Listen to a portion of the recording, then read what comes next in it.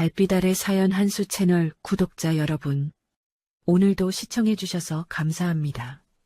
행복하고 즐거운 시간 되시길 바라며 오늘의 사연 시작하겠습니다. 인천에서 출발한 비행기가 미국 공항 활주로에 닿는 순간 기체 전체로 묵직한 진동이 번져갔습니다. 착륙 충격이 좌석 아래로 올라오고 엔진 소리가 서서히 낮아지면서 기내 곳곳에서 안전벨트 푸는 소리가 연달아 터져왔어요. 승객들은 저마다 머리 위 선반을 열고 짐을 꺼내기 시작했고 통로는 금세 사람들로 가득 찼습니다. 그러나 서유림은 움직이지 않았습니다. 창가 쪽 좌석에 등을 곧게 세운 채 눈을 감고 있었죠. 그녀는 12시간이 넘는 비행 동안 단 한 번도 좌석 등받이를 뒤로 젖히지 않았고 담요 한 장 걸치지 않았어요. 승무원이 2차례 지나치며 음료를 건넸지만 서유림은 매번 조용히 손을 내저었습니다. 식사도 마찬가지였죠. 옆 좌석 승객이 창문 블라인드를 올렸다 내렸다 하는 동안에도 서유림은 그 어떤 자극에도 반응하지 않았습니다. 시간을 견디는 것이 아니라 시간을 장악하고 있는 것처럼 보였습니다. 눈을 뜬 건 기체가 완전히 멈추고 난 뒤였어요. 창문 너머로 회색빛 공항 건물이 눈에 들어왔습니다. 서유림의 시선이 잠깐 그리로 향했다가 천천히 자신의 손등으로 내려왔습니다. 오래된 흉터 하나가 손등을 가로지르고 있었죠. 세월이 지나 희미해졌지만 완전히 지워지지는 않은 그 흉터는 오랫동안 잊으려 했으나 끝내 잊히지 않은 무언가를 닮아 있었어요. 서유림은 천천히 자리에서 일어났습니다. 머리 위 선반에서 작은 검정 가방 하나를 꺼내 어깨에 걸었어요. 옆 좌석 승객이 서두르다가 부딪힐 뻔했지만 서유림은 자연스럽게 반 발짝 비켜섰습니다. 표정 하나 변하지 않은 채로 기내를 빠져나와 입국장으로 이어지는 긴 통로를 걷는 동안 서유림의 걸음은 빠르지도 느리지도 않았습니다. 주변의 소음과 인파를 완전히 차단한 것처럼 보였지만 그 눈빛은 달랐죠. 통로 양쪽 벽, 천장의 카메라 위치, 경비원이 서 있는 지점들을 아주 자연스럽게 그러나 빠짐없이 훑어내고 있었습니다. 오랜 시간 몸에 새겨진 습관이었죠. 어디에 있든 무엇을 하고 있든 출구와 위협의 위치를 먼저 파악하는 것. 그것은 선택이 아니라 본능에 가까운 것이었죠. 입국장 대기구역에 들어서자 승객들이 줄을 서기 시작했습니다. 서유림도 그 줄 안으로 자연스럽게 들어섰어요. 앞에는 5-6명이 서 있었고 심사대 너머로 제복을 입은 직원들이 여권을 확인하고 있었습니다. 평범한 풍경이었죠. 아무 일도 일어나지 않을 것처럼 보이는 조용한 오후였습니다. 바로 그때였습니다. 줄을 거슬러 걸어오는 발소리가 들려왔어요. 공항 보안 직원 에밀리 카터였습니다. 유니폼은 단정했고 걸음은 자신감 있었습니다. 그런데 그 눈빛이 달랐죠. 줄을 훑다가 서유림에게 닿는 순간 멈추는 방식이 달랐습니다. 무언가를 찾다가 발견한 사람의 눈빛이었습니다. 처음부터 서유림을 향해 오고 있었다는 것을 서유림은 에밀리가 10발자국 떨어진 지점에서 이미 알아챘습니다. 에밀리가 서유림 바로 앞에 섰습니다. 잠깐요. 당신 추가 검사 대상입니다. 목소리는 낮고 또렷했습니다. 주변 승객들이 일제히 고개를 돌렸죠. 그 시선들이 서유림에게 한꺼번에 쏟아졌습니다. 당황한 눈빛, 호기심 어린 눈빛, 그리고 약간의 경계심이 뒤섞인 눈빛들. 누군가 지목당하는 순간 주변이 만들어내는 그 특유의 공기. 서유림은 그 공기를 온몸으로 받으면서도 눈 하나 깜짝하지 않았습니다. 조용히 고개를 한번 끄덕이고 줄에서 빠져나왔습니다. 에밀리가 가리키는 방향으로 발걸음을 옮기던 그 찰나였습니다. 에밀리가 아무런 예고도 없이 서유림의 가방 끈을 손으로 낚아채더니 지퍼를 거칠게 열어젖혔습니다.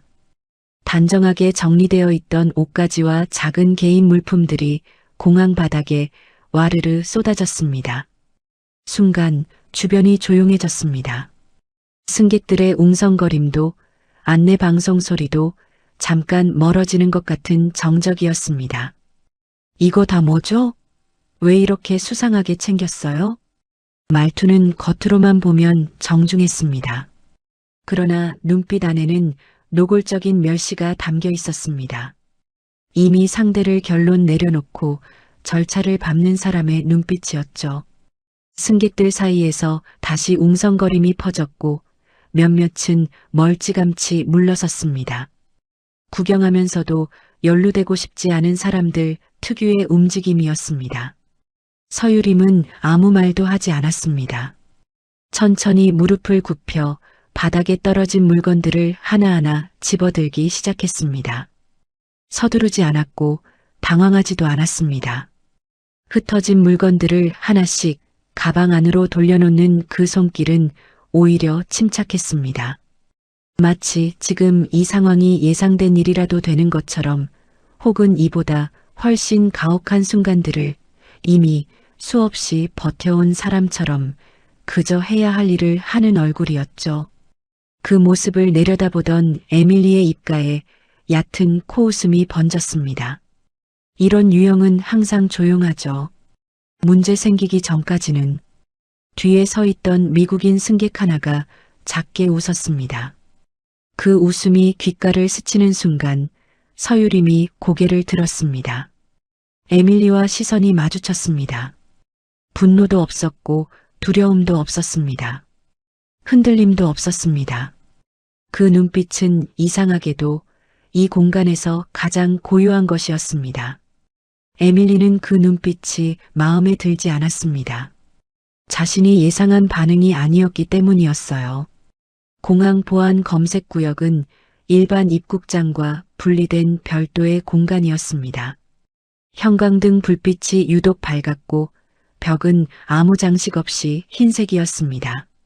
좁은 복도를 따라 안쪽으로 들어가면 검사실이 2개 있었는데 서유림이 안내된 곳은 그중 더 안쪽 창문 하나 없는 방이었습니다. 방 안에는 이미 마이클 로웰이 있었습니다. 팔짱을 낀 채 벽에 등을 기대고 서 있었고 서유림이 들어오는 것을 보면서도 자리를 옮기지 않았습니다. 상황을 지켜보는 사람의 자세였습니다.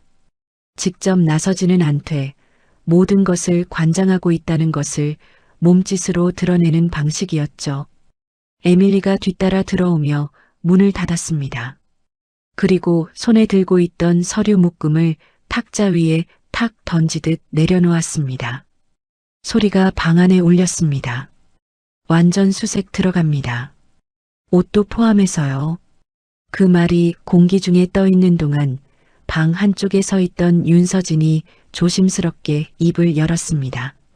같은 보안팀 소속이었지만 에밀리와는 다른 결의 사람이었습니다. 목소리에 조심스러움이 역력했죠. 저 규정상 과도한 신체 접촉은 사전 고지와 동의가 필요하고 동성 직원이 배석해야. 제가 규정이에요. 에밀리의 말은 짧았습니다. 그러나 그 짧음이 오히려 방 안의 공기를 완전히 눌러버렸죠. 윤서진은 더 이상 말을 잇지 못했습니다. 마이클은 팔짱을 낀 채로 시선을 살짝 바닥으로 내렸습니다. 동의도 아니고 제지도 아닌 그 모호한 침묵이 에밀리에게는 허락처럼 작동했습니다. 서유림은 그 모든 것을 듣고 있었습니다. 눈을 한번 감았습니다. 딱 1초였습니다. 그리고 아주 낮은 목소리로 말했습니다. 필요한 만큼만 하십시오. 명령도 아니었고 애원도 아니었습니다.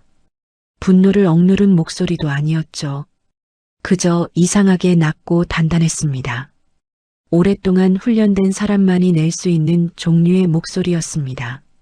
감정을 숨기는 것이 아니라 감정보다 더 깊은 곳에서 나오는 목소리. 에밀리는 그 태도가 마음에 들지 않았습니다. 명령하는 건 당신이 아니에요. 그 말을 내뱉는 순간 에밀리의 손이 움직였습니다. 서유림의 상의 깃을 손가락으로 잡아채더니 힘을 주어 옆으로 당겼습니다. 찢어지는 소리가 방 안에 선명하게 퍼졌습니다. 단 한 번의 동작이었습니다. 방 안이 정적에 잠겼습니다. 윤서진이 숨을 날카롭게 들이마셨습니다. 마이클의 팔짱이 풀렸습니다. 에밀리조차도 자신이 방금 한 행동의 무게를 느꼈는지 찰나 동안 손을 멈추었습니다. 서유림의 어깨가 드러났습니다. 그 위에 있는 것들이 눈에 들어오는 데는 시간이 걸리지 않았습니다. 수술 자국처럼 오래된 흉터가 여러 갈래로 나 있었습니다. 그리고 그보다 더 또렷하게 총상 자국이 두 곳에 남아 있었습니다. 한 곳은 왼쪽 어깨 위쪽, 또 한 곳은 쇄골 바로 아래였습니다. 완전히 아문 자국이었지만 그것이 어떤 상황에서 만들어진 것인지는 누가 봐도 알 수 있었습니다. 윤서진의 입에서 작은 소리가 새어나왔습니다. 이건 너무... 그 말도 끝까지 이어지지 못했습니다. 에밀리는 멈추지 않았습니다. 아니, 정확히는 멈추지 않으려 했습니다. 이미 선을 넘었다는 것을 본능적으로 알면서도 지금 멈추면 자신이 틀렸다는 것을 인정하는 꼴이 되기 때문이었죠. 그래서 오히려 비웃음을 선택했습니다. 와, 역시 문제 있는 사람이었네. 그 말이 방 안에 떨어지는 순간이었습니다. 마이클 로웰의 눈이 흔들렸습니다. 흉터를 보고 있었습니다. 총상 자국의 위치, 오래된 수술 흔적, 그리고 그 모든 것에도 불구하고 조금도 무너지지 않고 서 있는 서유림의 자세를 저 상처 군인인가? 혼잣말처럼 낮게 흘린 말이었습니다. 그러나 방 안이 워낙 조용했기에 그 말은 모든 사람의 귀에 닿았습니다. 하지만 이미 늦었습니다. 찢어진 옷은 찢어진 채였고 드러난 흉터는 드러난 채였으며 에밀리가 내뱉은 말들은 되돌릴 수 없는 곳에 가 있었습니다. 서유림은 여전히 아무 말도 하지 않았습니다. 찢어진 상의 끝자락을 두 손으로 조용히 붙잡았습니다. 시선은 정면을 향하고 있었습니다. 에밀리도 마이클도 벽도 아닌 이 방 너머의 어딘가를 바라보는 눈빛이었습니다. 그 눈빛이 에밀리를 가장 불편하게 만들었습니다. 분노도 눈물도 항의도 없는 그 눈빛. 자신이 아무리 밀어붙여도 상대가 무너지지 않는다는 것을 온몸으로 느끼게 만드는 그 고요함이 에밀리가 지금껏 가해온 모든 행동을 되려 작고 초라하게 만들고 있었습니다. 방 안의 공기는 무거웠고 아무도 먼저 입을 열지 않았어요. 검사실 문 너머로 소문은 빠르게 번졌습니다. 공항이라는 공간은 겉으로는 분주하고 소란스럽지만 그 안에서 일하는 사람들 사이에는 보이지 않는 정보망이 있습니다. 누가 어느 구역에서 무슨 일을 벌이고 있는지, 어떤 승객이 어떤 이유로 별도 검사실에 들어갔는지 그런 이야기들은 무전보다 빠르게 퍼지곤 했습니다. 오늘도 마찬가지였습니다. 에밀리 카터가 동양인 여성 승객을 별도 검사실로 데려갔다는 것, 그리고 그 안에서 심상치 않은 일이 벌어지고 있다는 것이 짧은 시간 안에 여러 직원들의 귀에 들어갔습니다. 검사실 바깥 복도에 두어 명의 직원이 멈춰서서 낮은 목소리로 속삭이고 있었습니다. 저 사람 왜 저렇게 가만히 있지? 보통은 난리 날 상황인데 소리 하나 안 나잖아. 한 직원이 검사실 쪽을 흘끗 바라보며 말했습니다. 다른 직원은 고개를 갸웃하며 팔짱을 꼈습니다. 이상하다는 것은 알겠는데 정확히 무엇이 이상한지 설명하기 어려운 그런 얼굴이었죠. 소리가 나지 않는다는 것 자체가 이상했습니다.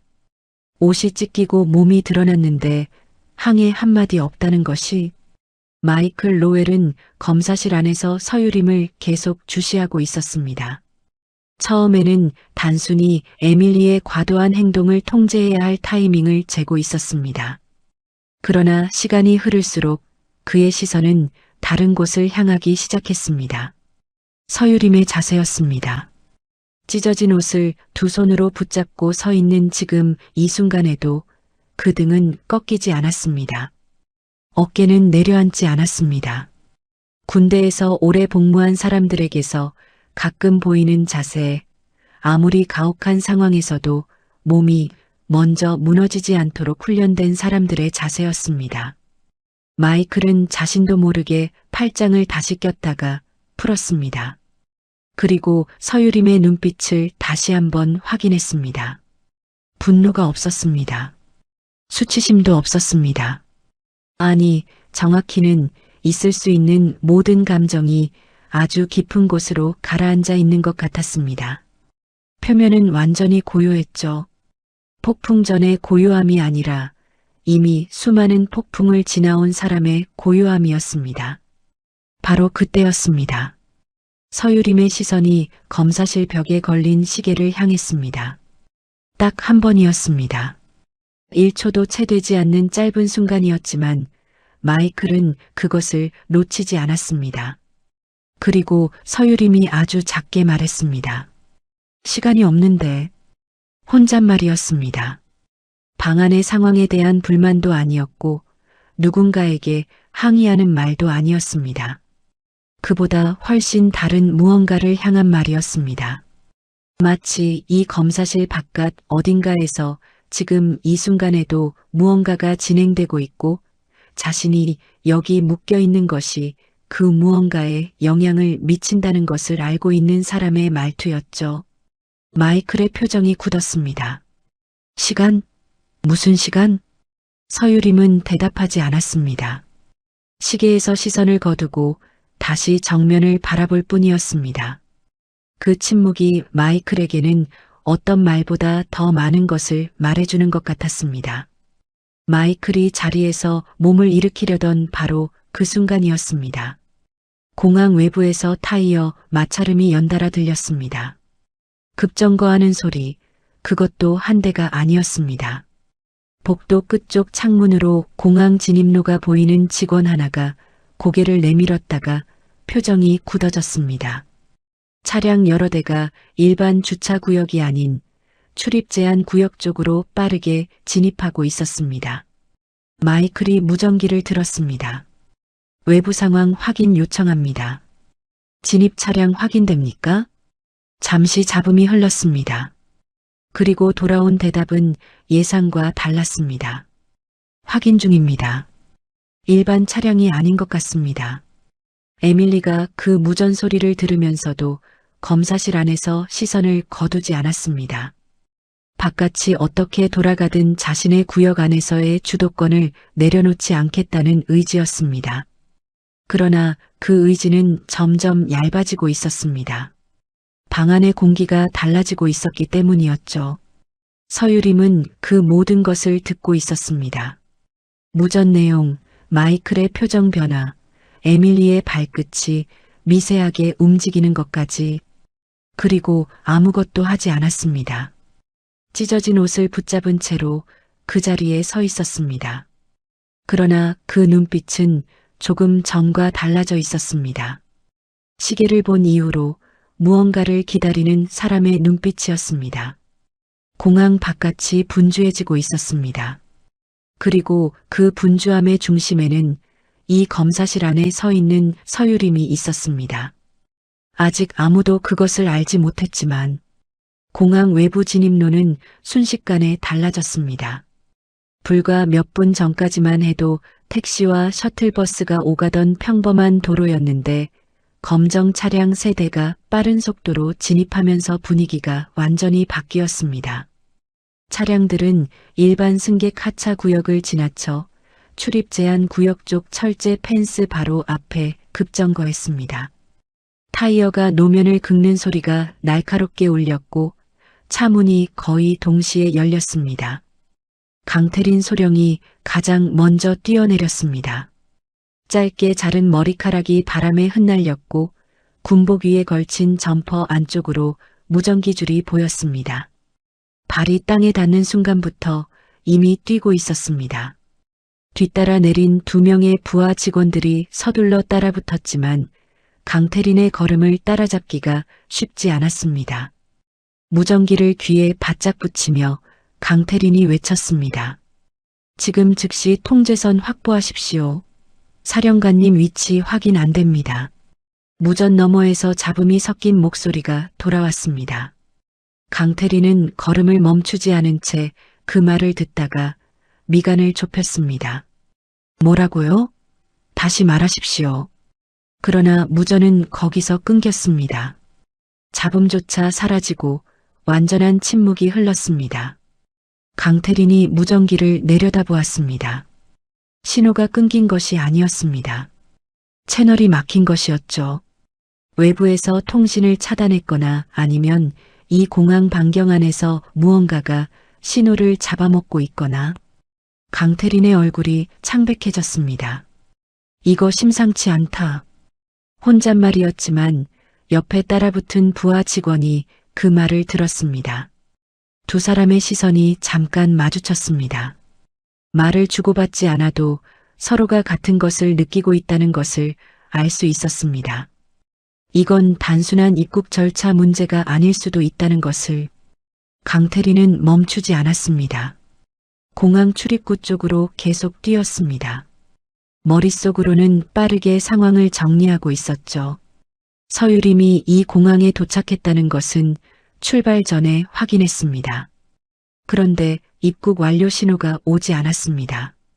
처음에는 입국 심사가 늦어지는 것이라고 생각했습니다. 10분, 20분은 그럴 수 있었습니다. 그런데 30분이 넘어가면서 내부 연락망에도 응답이 없었습니다.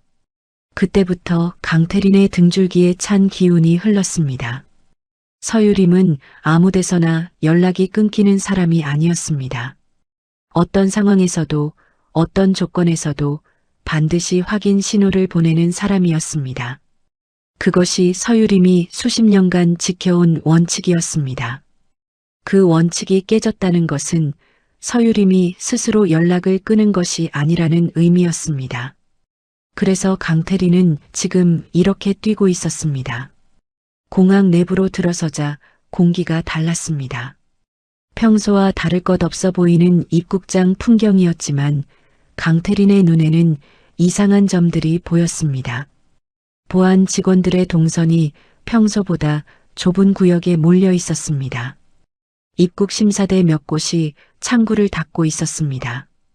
그리고 안내 데스크 뒤에 서 있는 직원이 무전기에 대고 낮게 무언가를 말하다가 강태린과 눈이 마주치자 재빨리 시선을 피했습니다. 강태린이 안내 데스크로 곧장 걸어갔습니다. 한국에서 온 입국자 중 별도 검사가 진행 중인 승객 있습니까? 직원이 잠깐 망설였습니다. 그건 확인해드리기 어렵습니다. 어렵습니까? 아니면 안 됩니까? 강태린의 목소리는 낮았습니다. 그러나 그 낮음 안에 무게가 있었습니다. 직원이 다시 한번 망설이다가 시선을 옆으로 돌렸습니다. 말로 대답하지는 않았지만 그 시선이 향한 방향이 복도 안쪽이었습니다. 강태린은 그것으로 충분했습니다. 바로 그 시각 미국 측 군 연락망에도 긴급 메시지 하나가 전달되고 있었습니다. 발신지는 한국 국방부였습니다. 메시지 본문은 짧았습니다. 한국 측 최고 위급군 인사 위치 미확인. 해당 인사 최종 위치 귀 공항 입국장. 즉각 현황 확인 및 협조 요청. 메시지를 수신한 미국 측 담당자가 화면을 2번 읽었습니다. 그리고 천천히 의자에서 일어났습니다. 얼굴에 처음으로 긴장감이 번졌습니다. 최고위급이라는 단어가 눈앞에서 지워지지 않았습니다. 공항 내부 분위기가 바뀌기 시작했습니다. 눈에 띄는 변화는 아니었습니다. 그러나 아는 사람은 알 수 있는 변화였습니다. 보안 직원들이 더 조용해졌습니다. 무전 교신이 잦아졌습니다. 그리고 복도 끝쪽에서 평소에는 열려있던 문이 소리 없이 닫혔습니다. 검사실 안의 서유림은 그 변화를 느끼고 있었습니다. 소리로 진동으로, 공기의 미세한 흐름으로 바깥이 움직이고 있었습니다. 자신을 향해 무언가가 다가오고 있었습니다. 그것이 구원인지 아니면 또 다른 복잡함인지는 아직 알 수 없었습니다. 그러나 서유림은 그 어느 쪽이든 준비가 되어 있었습니다. 언제나 그래왔던 것처럼 찢어진 옷을 붙잡은 손에 아주 미세하게 힘이 들어가 있었어요. 출입국 심사관 다니엘 브룩스가 검사실 문 앞에 선 것은 바깥이 술렁이기 시작한 지 얼마 지나지 않아서였습니다. 그는 원래 이 구역 담당이 아니었습니다. 오늘 오후 근무는 제3심사대였고 별도 검사실과는 복도 하나를 사이에 두고 있었습니다. 그런데 무전으로 흘러나오는 말들이 귀에 걸렸습니다. 동양인 여성 승객, 별도 검사, 에밀리 카터. 그 세 가지 단어가 조합되는 순간 다니엘의 손이 멈췄습니다. 당시 처리하던 서류를 탁자 위에 내려놓고 자리에서 일어났습니다. 특별한 이유를 스스로에게 설명하지 않았습니다. 그냥 가야 할 것 같았습니다. 복도를 걸어오는 동안 다니엘은 별다른 생각을 하지 않으려 했습니다.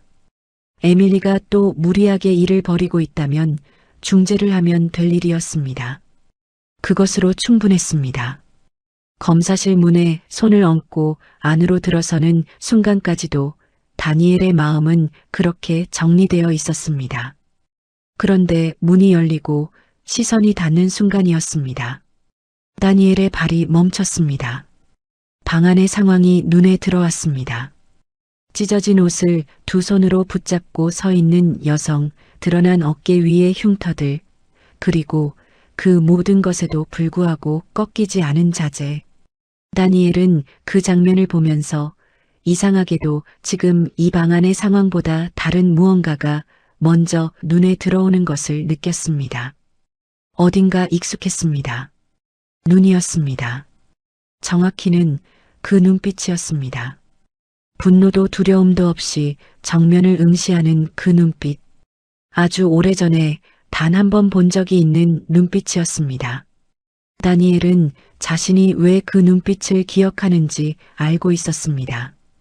그 눈빛이 자신의 목숨과 연결되어 있기 때문이었죠. 기억은 천천히 올라왔습니다. 14년 전이었습니다. 다니엘은 그때 군복을 입고 있었습니다. 지금과는 전혀 다른 삶이었죠. 중동의 어느 사막 지역에 파견된 연합군 부대 소속이었고 26살이었습니다. 작전 중 차량이 폭발물에 의해 전복되었고 다니엘은 파편에 맞아 왼쪽 다리를 제대로 쓸 수 없는 상태로 차량 잔해 안에 끼어 있었습니다. 불길이 번지고 있었고 무선은 끊겼으며 주변에는 아무도 없었습니다. 그 순간 다니엘이 느낀 것은 공포가 아니었습니다. 공포보다 더 차가운 것, 이제 끝났다는 확신이었습니다. 그때 누군가가 나타났습니다. 여성이었습니다. 군복 차림이었고 먼지와 땀으로 뒤덮여 있었습니다. 혼자였습니다. 그 여성은 불길이 번지는 차량 잔해 쪽으로 주저없이 뛰어들었습니다. 다니엘의 팔을 잡아채고 끼어있는 다리를 잔해 사이에서 빼내면서 단 한마디를 했습니다. 살고 싶으면 움직여. 명령이었습니다. 그러나 그 안에 포기하지 말라는 의지가 담겨 있었습니다. 다니엘은 그 목소리를 듣는 순간 공포가 걷히는 것을 느꼈습니다. 이유를 설명할 수 없었지만 그 목소리가 닿는 순간 살 수 있다는 생각이 들었습니다. 그래서 움직였습니다. 다리가 말을 듣지 않는데도 이를 악물고 움직였습니다. 두 사람은 차량에서 빠져나왔고 불길은 2초 뒤에 차량 전체를 삼켰습니다. 그 여성은 다니엘을 안전한 곳에 내려놓은 뒤 주변을 한번 살피고는 다시 뛰어갔습니다. 이름도 말하지 않았습니다. 다니엘이 감사하다는 말을 꺼낼 틈도 없이 사라졌습니다. 이후 부대에 복귀해서 그 여성을 찾으려 했지만 아무도 그날 그 장소에 한국군 여성 지휘관이 있었다는 것을 확인해주지 않았습니다. 기록도 없었고 목격자도 찾기 어려웠습니다. 다니엘은 결국 그것을 자신만의 기억으로 간직한 채 시간이 흘렀습니다. 그런데 지금 이 검사실 안에서 그 눈빛이 있었습니다. 다니엘의 시선이 서유림의 어깨로 내려갔습니다. 총상 자국 2곳, 위치가 기억 속의 것과 일치했습니다.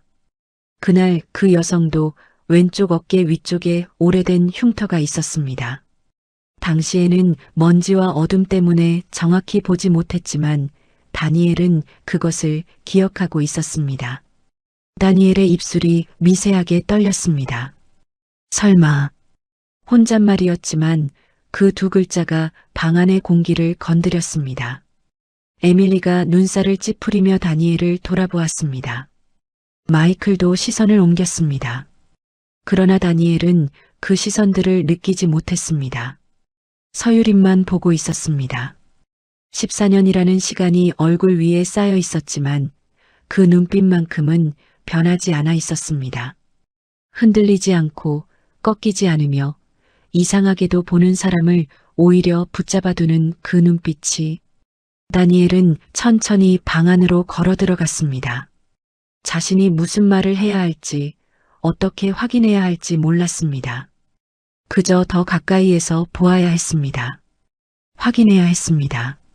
14년 동안 단 한 번도 잊은 적 없는 그 얼굴이 지금 이 방 안에 있는 것이 맞는지. 발걸음이 멈춘 것은 서유림으로부터 2걸음 앞이었습니다. 다니엘이 입을 열었습니다. 당신 혹시. 그 말이 채 끝나기도 전에 서유림이 처음으로 고개를 들었습니다. 에밀리를 향하지 않았습니다. 마이클을 향하지도 않았습니다. 다니엘을 똑바로 바라보았습니다. 그리고 그 눈빛 안에서 아주 작은 무언가가 달라졌습니다.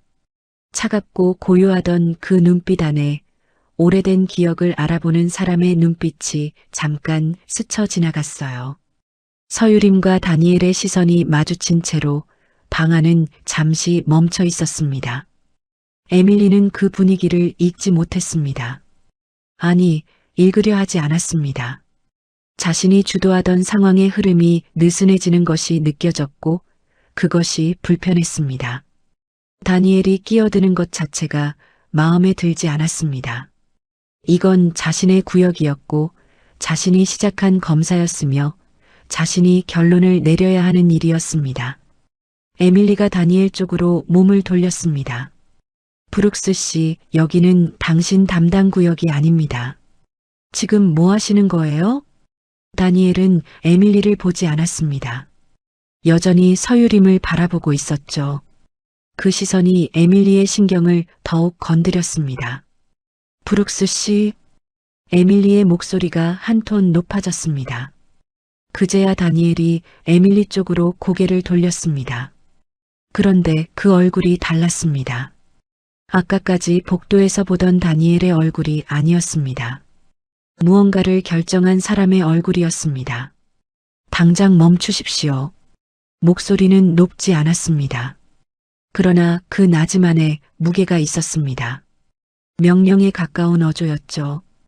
에밀리가 순간 말문이 막혔습니다.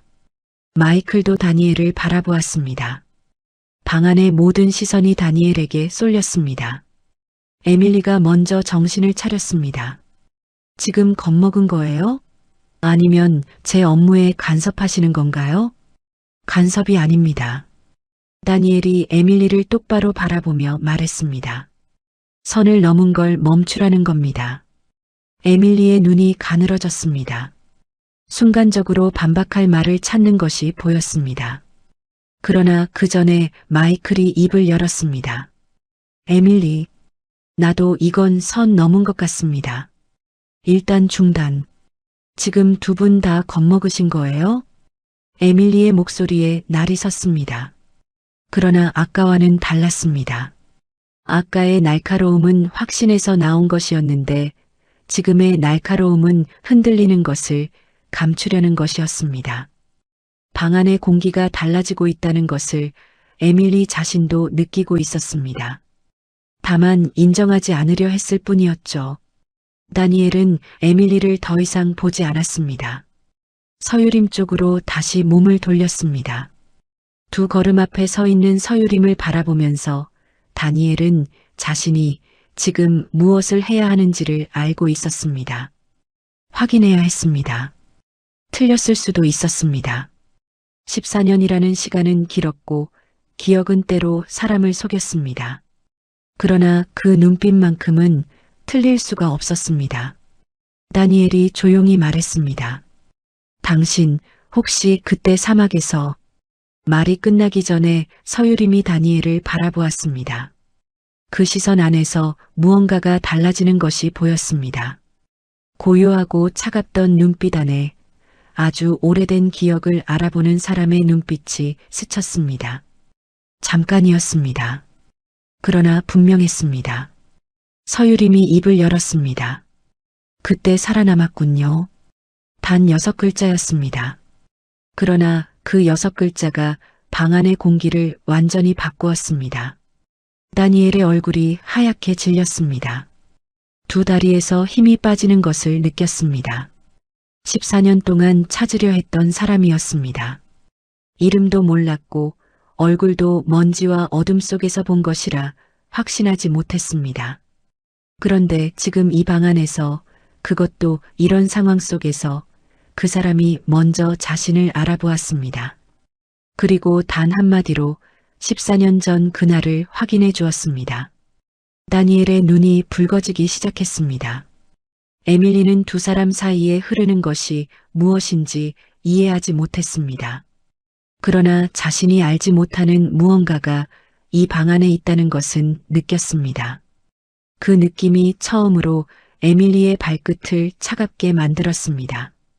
마이클은 천천히 자리에서 몸을 일으켰습니다. 상황이 자신이 예상한 방향과 전혀 다른 곳으로 흘러가고 있다는 것을 감지하고 있었습니다. 직업적 본능이 경고를 보내고 있었죠. 지금 이 방 안에서 자신들이 무언가를 크게 잘못 짚고 있다는 경고였습니다. 바로 그 순간이었습니다. 공항 전체 스피커에서 안내방송이 흘러나왔습니다. 그런데 일반적인 안내방송이 아니었습니다. 특정 구역의 모든 보안 요원을 호출하는 내용이었습니다. 목소리는 차분했지만 그 차분함 안에 긴박함이 담겨 있었습니다. 에밀리의 눈이 천장 스피커를 향했습니다. 마이클이 즉시 무전기를 들었습니다. 교신 내용이 들렸습니다. 마이클의 표정이 굳어지는 데는 채 3초가 걸리지 않았습니다. 무전기를 천천히 내리며 마이클이 에밀리를 바라보았습니다. 그 눈빛 안에는 아까까지와는 전혀 다른 것이 담겨 있었습니다. 당혹감이었습니다. 그리고 그 당혹감은 에밀리에게도 전염되었습니다.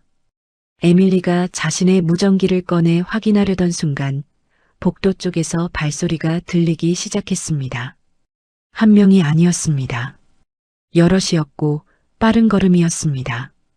검사실 문 너머로 그 발소리가 점점 가까워졌습니다. 서유림은 그 소리를 들었습니다. 찢어진 옷을 붙잡고 있던 손에서 힘이 조금 빠졌습니다. 아주 미세한 변화였지만 다니엘은 그것을 보았습니다. 그리고 그것이 무엇을 의미하는지 직감했습니다. 서유림이 기다리던 것이 오고 있었습니다. 처음부터 알고 있었던 겁니다. 이 상황이 어떻게 끝날지를. 다니엘은 자신도 모르게 서유림 쪽으로 반 발짝 다가섰습니다. 14년 전 그날 불길 속에서 자신의 팔을 잡아채던 그 손을 기억하면서 문이 열렸습니다. 문이 열리는 순간 검사실 안의 공기가 완전히 뒤집혀 버렸어요. 가장 먼저 들어온 것은 발소리였습니다. 군화 특유의 묵직하고 규칙적인 발소리가 복도를 울리며 가까워지더니 검사실 문이 안쪽으로 힘차게 열렸습니다. 제이슨 밀러 중령이 앞장서서 들어왔습니다. 그 뒤로 미군 소속 장교 2명이 따라 들어섰고 복도에는 한국 측 인원들이 대기하고 있었습니다. 강태린 소령이 그 가장 앞에 서 있었습니다. 제이슨 밀러는 방 안으로 들어서자마자 서유림을 찾았습니다. 시선이 닿는데 1초도 걸리지 않았습니다. 찢어진 옷을 두 손으로 붙잡고 서 있는 서유림을 발견한 순간 제이슨의 얼굴이 굳었습니다. 그리고 그 자리에서 바로 차렷 자세를 취하며 오른손을 올렸습니다. 사령관님, 경례였습니다. 완벽한 군식 경례였습니다. 제이슨의 목소리는 검사실 벽을 울렸고 그 소리는 복도까지 퍼졌습니다. 정적이 흘렀습니다. 에밀리의 몸이 굳었습니다. 방금 들은 것이 무엇인지 뇌가 처리하는데 시간이 걸렸습니다. 사령관. 그 단어가 귓속에서 맴돌았습니다. 시선이 자연스럽게 서유림을 향했습니다. 찢어진 옷, 드러난 흉터, 그리고 처음부터 끝까지 단 한 번도 무너지지 않았던 그 자세. 그 모든 것이 갑자기 다른 의미로 읽히기 시작했습니다. 마이클 로웰은 말을 잃었습니다. 입을 열었다가 다시 닫았습니다. 무전으로 들려온 내용이 머릿속에서 다시 재생되었습니다. 한국 측 최고 위급군 인사. 그 말이 지금 이 방 안에서 완전히 다른 무게로 내려앉았습니다. 윤서진은 자신도 모르게 뒷걸음질을 쳤습니다. 제이슨이 경례를 내리고 서유림 쪽으로 다가갔습니다. 목소리를 낮추었지만 방 안이 워낙 조용한 탓에 모든 사람의 귀에 닿았습니다. 사령관님, 확인이 늦었습니다. 죄송합니다. 서유림은 제이슨을 바라보았습니다. 그 눈빛 안에는 질책도 없었고 안도도 없었습니다. 그저 지금 이 순간을 확인하는 눈빛이었습니다. 인원 확인하십시오. 짧은 한마디였습니다. 그러나 그 한마디에는 지휘관의 무게가 실려 있었습니다. 제이슨이 즉각 고개를 숙였습니다. 복도에서 대기하던 강태린이 검사실 안으로 들어섰습니다. 서유림을 보는 순간 강태린의 눈가가 붉어졌습니다. 입술을 꽉 깨물었습니다.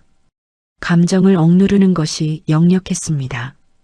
강태린은 서유림으로부터 세 걸음 앞에서 멈추어 섰습니다. 그리고 천천히 경례를 올렸습니다. 손끝이 미세하게 떨리고 있었습니다. 서유림이 강태린을 바라보았습니다. 잠깐이었습니다.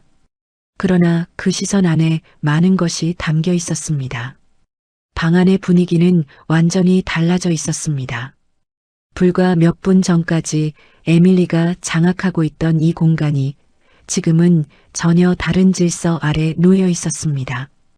그 변화는 누군가가 말로 선언한 것이 아니었습니다. 제이슨의 경례 한 번으로 공기 자체가 뒤집힌 것이었습니다. 에밀리는 그 공기 안에서 자신이 어디에 서 있는지를 느끼기 시작했습니다.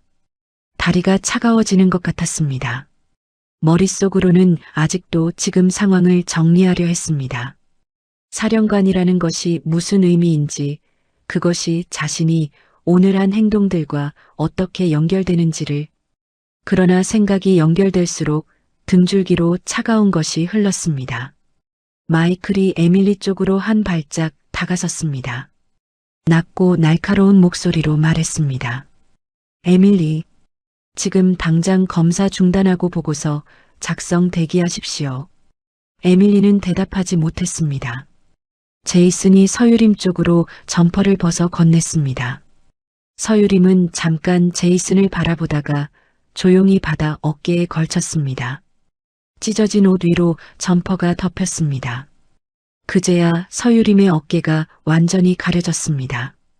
그 모습을 보던 다니엘이 눈을 감았습니다. 14년 전 불길 속에서 자신의 팔을 잡아채던 그 손.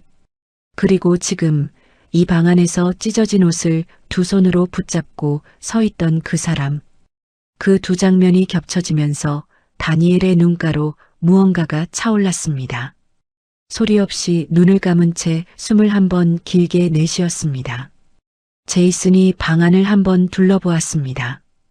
에밀리와 마이클, 윤서진, 그리고 다니엘을 차례로 바라보았습니다.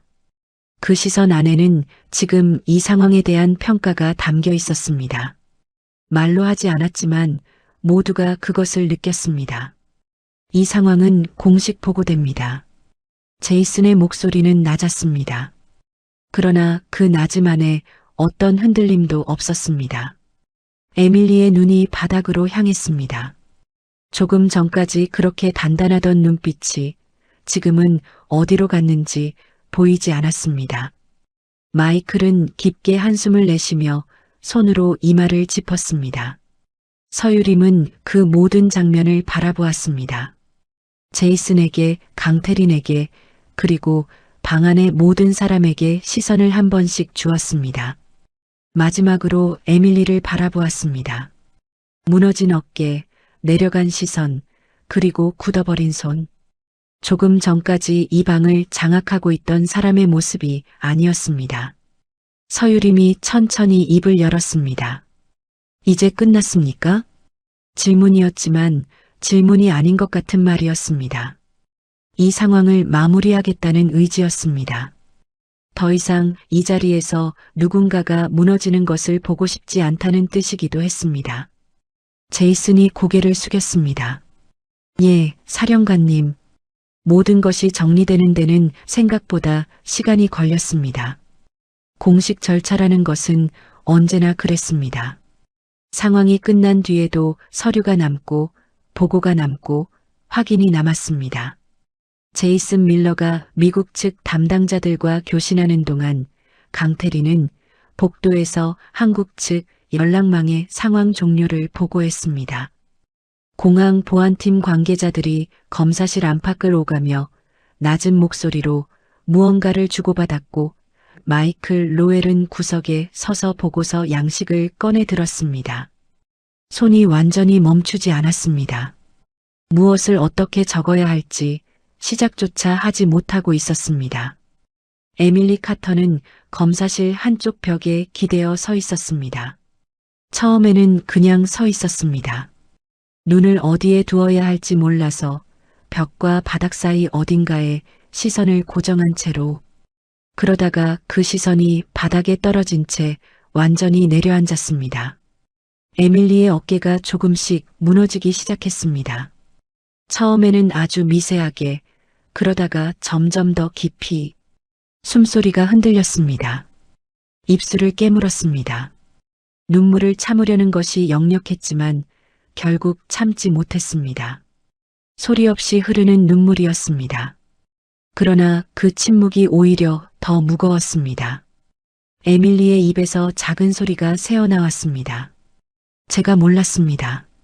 그 말은 방 안의 누구에게도 향하지 않은 것 같았습니다. 변명도 아니었고 용서를 구하는 말도 아니었습니다.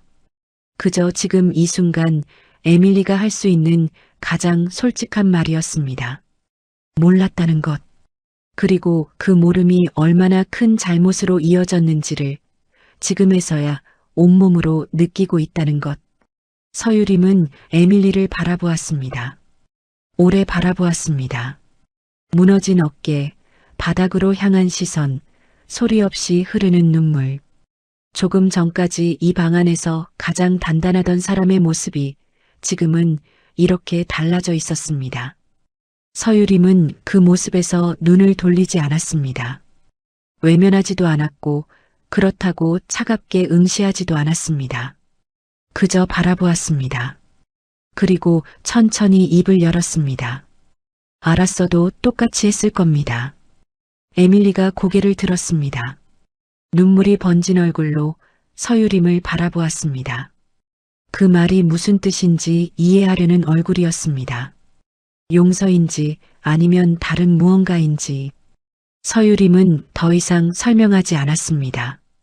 그것이 전부였습니다.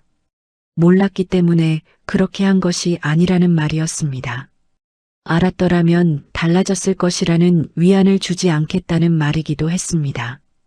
동시에 그 말 안에는 에밀리가 앞으로 그것을 스스로 감당해야 한다는 의미가 담겨 있었습니다. 차갑지 않았지만 부드럽지도 않았습니다. 다만 정직했습니다.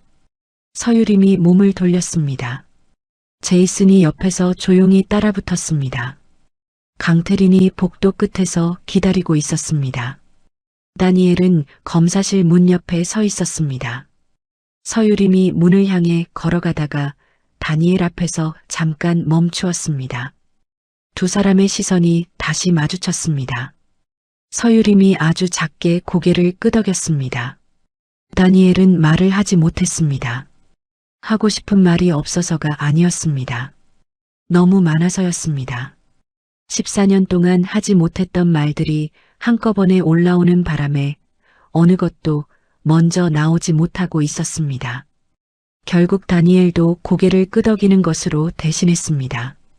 눈가가 다시 붉어졌지만 이번에는 참았습니다. 서유림이 복도로 나섰습니다. 공항 외부로 이어지는 긴 통로를 걷는 동안 양옆으로 직원들이 멈추어 섰습니다. 아까까지 속삭이며 구경하던 사람들이었습니다. 지금은 아무도 말하지 않았습니다. 서유림이 지나가는 것을 그저 바라보았습니다. 공항 출입구가 열렸습니다. 바깥 공기가 들어왔습니다. 차갑고 건조한 공기였습니다. 서유림은 잠깐 그 자리에 섰습니다. 눈을 감지 않았습니다. 그냥 그 공기를 맞았습니다. 얼굴에 닿는 바람이 찢어진 옷 위로 걸친 점퍼 안까지 스며드는 것 같았습니다. 강태린이 옆으로 다가왔습니다. 더 이상 경례를 올리지 않았습니다. 그냥 옆에 섰습니다. 눈물이 뺨을 타고 내렸습니다. 소리도 없이 닥지도 않고 강태린은 서유림을 보지 않았습니다. 같은 방향을 바라보았습니다. 서유림이 하늘을 올려다보았습니다. 회색빛 하늘이었습니다. 구름이 낮게 깔려 있었고 해는 보이지 않았습니다. 그러나 서유림의 눈에는 지금 이 하늘이 아닌 다른 무언가가 보이는 것 같았습니다. 어릴 적 기억이었습니다. 새벽 시장의 찬 공기, 생선 비린내, 그리고 낡은 고무장갑을 낀 손으로 생선을 다듬던 할머니의 뒷모습. 허리가 굽어 있었고 머리카락은 휘었으며 그 작은 몸으로 새벽 4시부터 자리를 지키던 사람이었습니다. 서유림이 어린 시절 가장 많이 본 뒷모습이었고 가장 오래 기억하는 온기였습니다. 그 할머니가 서유림의 손을 잡고 말하던 것이 있었습니다. 목소리는 거칠었지만 그 안에 담긴 것은 한없이 부드러웠습니다. 너는 어디까지든 갈 수 있어. 서유림의 눈가에 무언가가 차올랐습니다. 흘러내리지는 않았습니다. 그냥 그 자리에 고여 있었습니다. 입술이 아주 작게 움직였습니다. 할머니, 나 여기까지 왔어요. 소리는 거의 나지 않았습니다. 강태린도 제이슨도 듣지 못했습니다. 바람 소리에 섞여 사라진 말이었습니다. 그러나 서유림은 그것으로 충분했습니다. 이 말을 들어야 할 사람은 지금 이 자리에 없었으니까요. 그래도 괜찮았습니다. 어딘가에서 듣고 있을 것이라는 것을 서유림은 오래전부터 알고 있었습니다. 서유림의 입가에 미소가 번졌습니다. 아무도 보지 못하는 미소였습니다. 강태리는 옆에 있었지만 같은 방향을 보고 있었고 제이슨은 한 발 뒤에서 대기하고 있었습니다. 그 미소는 서유림만의 것이었습니다. 수십 년을 버텨온 사람이 아무도 없는 곳에서 잠깐 내려놓는 것 같은 미소였습니다. 회색빛 하늘 아래 서유림은 그렇게 서 있었습니다. 찢어진 옷 위에 걸친 점퍼, 손등에 오래된 흉터, 그리고 어깨 위에 새겨진 총상 자국. 그 모든 것을 가진 채로 그 자리에 서 있었습니다. 아무것도 숨기지 않고 아무것도 지우지 않고 그대로였습니다. 그것으로 충분했어요. 그렇게 공항에서의 일이 있고 나서 사흘이 지났습니다. 워싱턴의 아침은 서울보다 1시간이 늦게 밝아왔습니다. 호텔 창문 너머로 도시가 천천히 깨어나는 것이 보였습니다. 가로등이 하나씩 꺼지고 이른 출근길 차량들이 도로 위로 흘러들었습니다. 서유림은 그 풍경을 창가에 서서 바라보고 있었습니다. 잠을 잔 것인지 아닌지 알 수 없는 얼굴이었습니다. 눈 아래가 조금 어두웠지만 눈빛은 오히려 선명했습니다. 탁자 위에는 서류 묶음이 놓여 있었습니다. 공항에서 있었던 일에 대한 공식 보고서 초안이었습니다. 미국 측과 한국 측이 각각 작성한 것이었는데 강태린이 어젯밤 늦게 가져다 놓았습니다. 서유림은 그것을 한번 펼쳐보았다가 다시 덮어두었습니다. 내용을 몰라서가 아니었습니다. 그 안에 담긴 단어들이 자신이 그날 검사실 안에서 느낀 것과는 전혀 다른 언어로 쓰여 있었기 때문이었습니다. 사건, 경위, 조치, 보고서는 언제나 그런 단어들로 가득했습니다. 그 단어들 사이에는 찢어진 옷도, 드러난 흉터도, 시계를 바라보던 그 한순간도 들어갈 자리가 없었습니다. 서유림은 창가로 다시 돌아섰습니다. 그날 이후로 에밀리 카터에 대한 내부 조사가 시작되었다는 보고를 받았습니다. 마이클 로웰은 해당 구역 총괄 책임자로서 감독 소홀에 대한 경위서를 제출했고 윤서진은 자진해서 목격자 진술서를 작성했습니다. 공항 측에서는 공식 사과 의사를 전달해 왔습니다. 절차는 절차대로 흘러가고 있었습니다. 그러나 서유림이 생각하는 것은 그것이 아니었습니다. 에밀리의 얼굴이었습니다. 벽에 기대어 소리 없이 눈물을 흘리던 그 얼굴, 몰랐다는 말을 내뱉을 때의 그 목소리. 서유림은 그날 에밀리에게 한 말을 후회하지 않았습니다. 알았어도 똑같이 했을 것이라는 말은 에밀리를 더 깊이 무너뜨리려고 한 말이 아니었습니다. 그것은 사실이었습니다. 에밀리가 그날 한 행동의 뿌리는 자신이 누구를 상대하는지에 대한 무지가 아니라 상대를 이미 결론 내려놓는 습관에 있었습니다. 그 습관은 상대가 누구든 상관없이 작동하는 것이었습니다. 그래서 서유림은 몰라서 그랬다는 위안을 주지 않았습니다. 그것이 에밀리에게 줄 수 있는 가장 정직한 것이었습니다. 문을 두드리는 소리가 났습니다. 들어오십시오. 강태린이 문을 열고 들어왔습니다. 군복 차림이었고 손에는 커피 2잔이 들려 있었습니다. 한 잔을 서유림에게 건넸습니다. 서유림이 받아들었습니다. 두 사람은 잠시 말없이 창가에 나란히 섰습니다. 강태린이 먼저 입을 열었습니다. 많이 피곤하시죠? 괜찮습니다. 거짓말이시잖아요. 서유림이 강태린을 바라보았습니다. 강태린은 창밖을 보고 있었습니다. 그 옆모습에 사흘치의 긴장이 고스란히 남아 있었습니다. 서유림은 짧게 웃었습니다. 소리는 나지 않는 웃음이었습니다. 조금. 강태린이 그 말을 듣고 커피잔을 두 손으로 감쌌습니다. 무언가를 말하려다가 멈추었습니다. 그 망설임이 길어지자 서유림이 먼저 말했습니다. 하고 싶은 말 있으면 하십시오. 강태린이 천천히 입을 열었습니다. 그날 저는 사령관님이 어떤 상태일지 생각하면서 공항으로 달려갔습니다. 화가 나 계실 거라고 생각했습니다. 아니면 많이 지쳐 계시거나. 그런데 강태린의 목소리가 잠깐 멈추었습니다.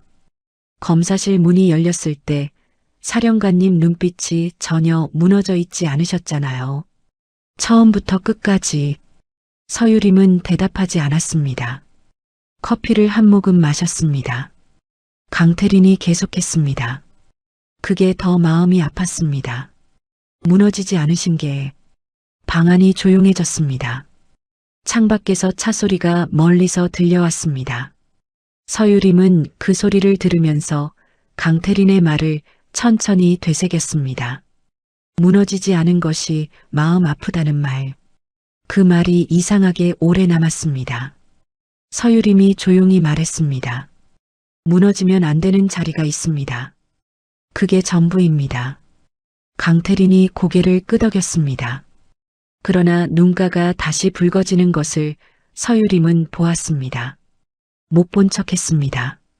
그날 오후 서유림은 혼자 시간을 냈습니다. 공식 일정과 일정 사이에 짧은 공백이었습니다.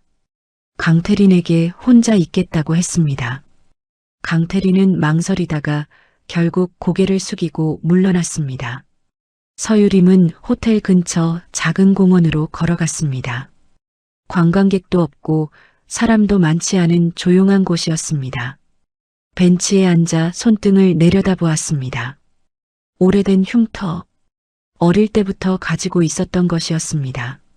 시장 바닥에서 넘어지다가 생긴 것인지 아니면 다른 무언가였는지 이제는 기억이 정확하지 않았습니다.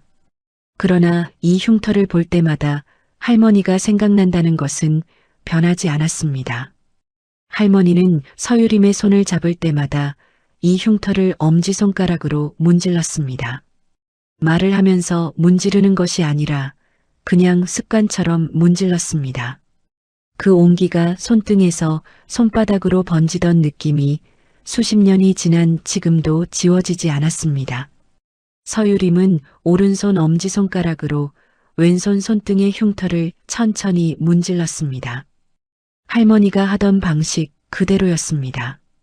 공원의 나무들이 바람에 흔들렸습니다. 낙엽 몇 장이 벤치 옆으로 굴러왔습니다.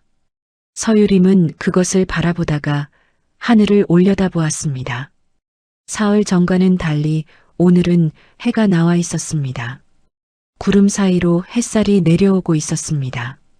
따뜻하지는 않았지만 밝았습니다. 서유림은 눈을 감지 않았습니다. 그 빛을 그대로 받았습니다. 얼굴 위로, 손등 위로, 흉터 위로. 오래 걸어온 길이었습니다. 새벽 시장의 찬 공기에서 시작해서 군복을 처음 입던 날, 사막 한가운데서 폭발을 뚫고 달리던 날, 그리고 사흘 전 공항 검사실 안에서 찢어진 옷을 두 손으로 붙잡고 서 있던 순간까지 그 모든 길이 이어져 지금 이 벤치에 닿아 있었습니다. 서유림은 그것을 알고 있었습니다. 그리고 그것으로 충분하다는 것도 햇살이 손등 위의 흉터를 환하게 비추었습니다. 서유림은 그 빛 안에서 아무도 모르게 눈을 감았습니다. 딱 한 번, 그리고 다시 떴습니다. 일어서야 할 시간이었습니다.